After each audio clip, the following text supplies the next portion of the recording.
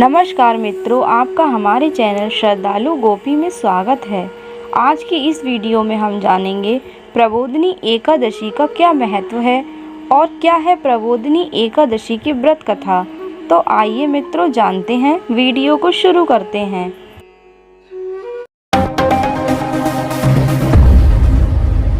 देव प्रबोधिनी एकादशी का हिंदू धर्म में विशेष महत्व है।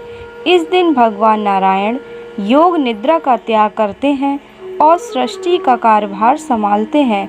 इसके बाद से ही चतुर्मास का अंत भी हो जाता है और शुभ व मांगलिक कार्यक्रम शुरू हो जाते हैं। प्रबोधिनी एकादशी को देव उठनी एकादशी भी कहते हैं। देव प्रबोधिनी एकादशी की व्रत कथा। मित्रों, देव प्रबोधिनी एकादशी साल की बड़ी एकादशी मानी जाती है और इस दिन भगवान श्री हरि विष्णु जी का जो भी व्रत उपवास करता है और श्रद्धा पूर्वक उनकी पूजा कर मन में व्रत का संकल्प करता है तो भगवान विष्णु उनकी समस्त मनोकामनाएं पूर्ण करते हैं। तो आइए कथा शुरू करते हैं। श्री कृष्ण भगवान ने कहा, हे अर्जुन, मैं तुम्हें मुक्ति देने वाली कार्तिक मास के शुक्ल पक्ष की प्रबोधिनी एकादशी के संबंध में नारद और ब्रह्मा जी के बीच हुई वार्तालाप को सुनाता हूँ। एक बार नारद जी ने ब्रह्मा जी से पूछा, हे पिता, प्रबोधिनी एकादशी व्रत का क्या फल होता है? आप कृपा करके मुझे यह सब विस्तार पूर्वक बताइए।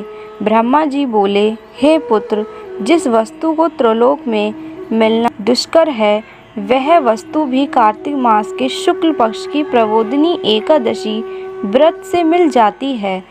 इस व्रत के प्रभाव से पूर्व जन्म किए हुए अनेक बुरे कर्म क्षण भर में नष्ट हो जाते हैं।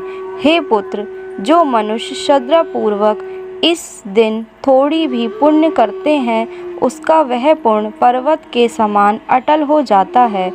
उनके पितृ विष्णु लोक में जाते हैं। ब्रह्म हत्या आदि महान पाप भी प्रबोधिनी एकादशी के दिन रात्रि को जागरण करने से नष्ट हो जाते हैं।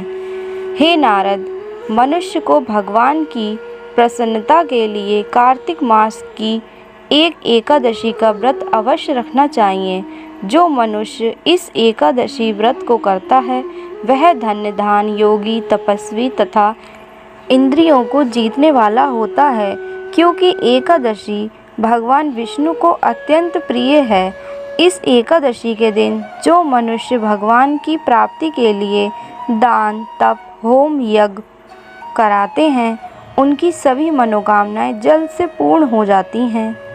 इसलिए हे नारद, आपको भी विधि पूर्वक विष्णु भगवान की पूजा करनी चाहिए। इस एकादशी के दिन मनुष्य को ब्रह्म मुहूर्त में उठकर व्रत का संकल्प लेना चाहिए और पूजा करनी चाहिए। रात्रि को भगवान के समीप गीत, नृत्य, कथा, कीर्तन करते हुए रात्रि व्यतीत करनी चाहिए। प्रबोधिनी एकादशी के दिन पुष्प, अगर, धूप आदि से भगवान की आराधना करनी चाहिए। भगवान को अर्घ्य देना चाहिए। इसका फल तीर्थ और दान आदि से करोड़ गुना अधिक होता है। जो गुलाब के पुष्प से बिल्कुल और अशोक के फूलों से सफ़ेद और लाल कनेर के फूलों से, दुर्वादल से, समीपत्र से, चंप पुष्पक से भगवान विष्णु की पूजा करते हैं वे आगमन के चक्र से छूट जाते हैं। इस प्रकार रात्रि में भगवान की पूजा करके प्रातःकाल स्नान के पश्चात भगवान की प्रार्थना करते हुए गुरु जी की पूजा करनी चाहिए और सदाचारी व पवित्र ब्राह्मणों को दक्षिणा देकर अपने व्रत को छोड़ना चाहिए। जो मनुष्य चतुर्मास्य व्रत में किसी वस्तु को त्याग देते हैं उन्हें इस दिन पुनः ग्रहण करनी चाहिए। जो मनुष्य प्रबोधिनी एकादशी के दिन विधि पूर्वक व्रत करते हैं उन्हें अनंत सुख मिलता है और अंत में स्वर्ग को जाते हैं। तो आज की वीडियो में इतना ही। इसी प्रकार की अन्य वीडियो पाने के लिए हमारे चैनल श्रद्धालु गोपी को सब्सक्राइब करें। अगर आपको वीडियो पसंद आई हो तो ज़्यादा से ज़्यादा लोगों को शेयर करें। कमेंट में राधे राधे ज़रूर लिखें। तब तक के लिए धन्यवाद।